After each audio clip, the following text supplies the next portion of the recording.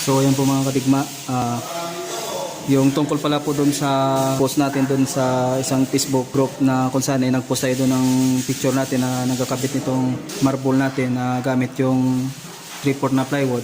Gagawa na lang po natin ng reaction video yon. Abangan nyo na lang po para maunawaan nila ng mabuti yung ginagawa natin.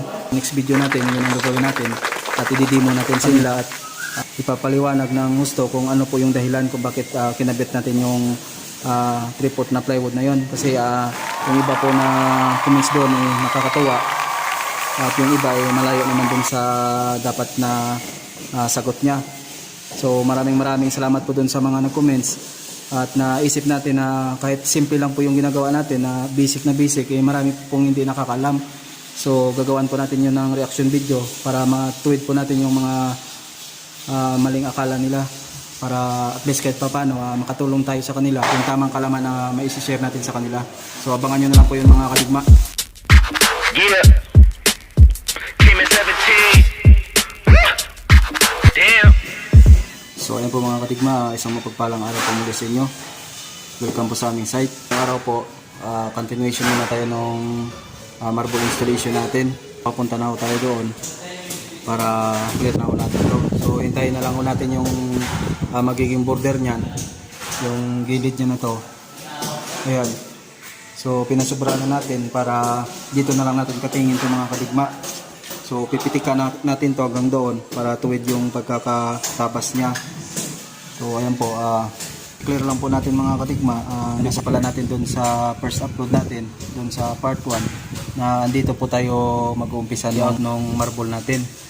Siguro po marami yung nagtataka sa mga nakakaintindi bakit dito tayo mag-umpisa. Sa kadahilanan po tayo nung pinaka-border niya rito, yung ibang kulay na marble. So kung mapapansin nyo, nilagyan na natin ng hollow blocks dito para ma-visualize nyo po kung ano yung magiging itsura niya. So yan po, yung hollow blocks po na to, yun po yung magiging design niya na border dito sa area na to. Yung lapad niya, ito po yun. So kaya dito natin nilagay sa mga kadigma kasi kapag sinara tong pinto natin para hindi lumabas yung kulay nung ibang marble na ilalagay dito. Kasi pag dito natin malagay mga kadigma, usually kasi dito yan dapat kapag nagli-layout tayo ng mga tiles, hindi kahit anong flooring, kapag nilagyan natin dito talaga kapag ground floor. So sa labas so siya ng hamba natin mga kadigma. Yung sa atin po, dito natin nilagay, gawa nga hong may border tayo rito. Ganito kasi yung mangyayari yan mga kadigma kapag sinara natin yung pinto, kaya ginawa natin na ganun hanggang basyada lang yung marble natin na may design. Gawa nga ho kapag sinara tong pinto mga kadigma, imagine nyo ho na ito ang magiging design nya. So dapat hindi ho siya lalabas dito sa labas, lumabas siya kasi makikita yung ibang kulay niya rito. Tapos ang mangyayari ho kasi ang magiging kulay nitong labas ganito rin po. So pangit po kapag nakasara tong pinto natin, may nakausli dito na itim tapos iba na naman yung kulay. Purpose po nun kaya nilagay natin dito sa pinakadulo para ho maayos yung termination ng border natin na may design dito. So hindi po siya makikita kapag nakasara yung pinto. Ayan, para yung ibang kulay ho rito, sulo niya ho yung ibang kulay rito, wala siyang nakalo na ibang kulay. May naintindihan niyo po at naunawaan yung dahilan natin kung bakit dito tayo nagsimula. Pero ganito talaga mga kadigma, dito talaga yan, klaro lang natin. Yung dahilan lang yan kasi may ibang kulay tayo na tiles kaya dito natin nilagay para matago ko siya. So yun po mga kadigma, nalimutan pala natin sabihin sa inyo kanina, since diagonal layout yung nagawa nating video ngayon about sa installation ng marble, diagonal layout po siya. So nakalimutan natin sabihin sa inyo kung paano ang pag-layout nito. So yung pag-layout po nito mga kadigma, kung napansin nyo dun sa first video natin, kinuha po natin itong sintro ng pinto natin. Ayan, yung dulo niyan, nakasintro po dito sa pinto natin. Kinuha natin yung sintro niyan hanggang doon. Tapos yung sintro nitong area mga kadigma, saka yung dyan sa may wall na to. Yung wall na to, saka yung wall doon, kinuha din natin yung sintro niyan. Tapos yung sintro niyan mga kadigma, ito na yon. Yung area na to, yan, yung area na yan, kung mapapansin nyo, yung pinakagitna nitong arko natin, yan yung sintro niya. So doon po tayo nagsimula. Yung sintro po nito, yung marble natin, diagonal po natin yan. Yung pag-layout po niyan, ito yung sintro nung area na dyan sa may arko mga kadigma. Tapos yung area na to, dito, yung pag-ganon, dyan din galing sa pinto yan. So yung pinagtagpuan po niyan, doon po natin tatama yung bawat dulo nung ikakabit natin na marble di kaya tiles pag diagonal. So naway naunawaan niyo po ng maigi mga kadigma.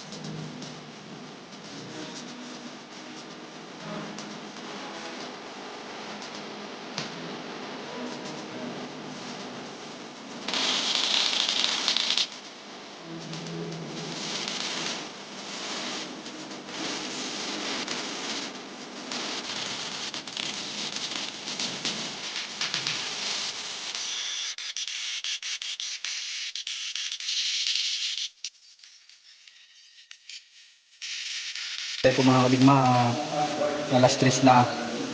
Pahinga muna tayo kasi iikot pa tayo sa mga tao natin. Check natin yung mga gawa nila para pumayos yung accomplishment. So kung mapapansin nyo, nandun na yung tiles natin sa may dulo, papunta na doon sa ilalim ng hagdan. Yan. So bukas papunta na tayo doon sa may kitchen natin. Katulong natin yan si Uncle. Siya po yung naglagay dito ng mga siro natin. Nakatulong na rin natin siya doon papunta. So bukas papunta na kami doon. So kung mapapansin nyo, hindi po pantay itong pagkalagay natin nung dulo natin ito, tsaka hindi natin sinagad. Gawa nga itutuwid natin to nung pagkakat kasi lalagyan natin to dito nung border na ibang kulay mga kadigma. So kailangan perfect po yung pagkakat niyan para maganda o tingnan. So ganun din dito. Gagrinderin na lang natin yan mga kadigma para sigurado tayong maayos yung pagkakalapat ng grind natin tsaka tuwid. So bago po tayo maghiwalay, magpapasalamat po muna tayo sa ating mga subscribers na walang sawang pinapanood yung ating munting YouTube channel. Kahit pa paano po dumarami po sila, naway maging loyal po silang subscribers natin. At saka sa mga silent viewers po natin na walang sawang pinapanood yung na-upload natin na video araw-araw. Maraming salamat po sa inyo. At sa mga bago pa po na napadpad dito sa ating munting YouTube channel, naway i-click nyo po yung subscribe button at pakiclick na rin po ng all sa notification bell para maging updated kayo sa mga video na gagawin natin. Yan lang po muna ngayon mga kadigma. Maraming salamat po. Mabuhay po kayo at God bless you po sa inyong lahat.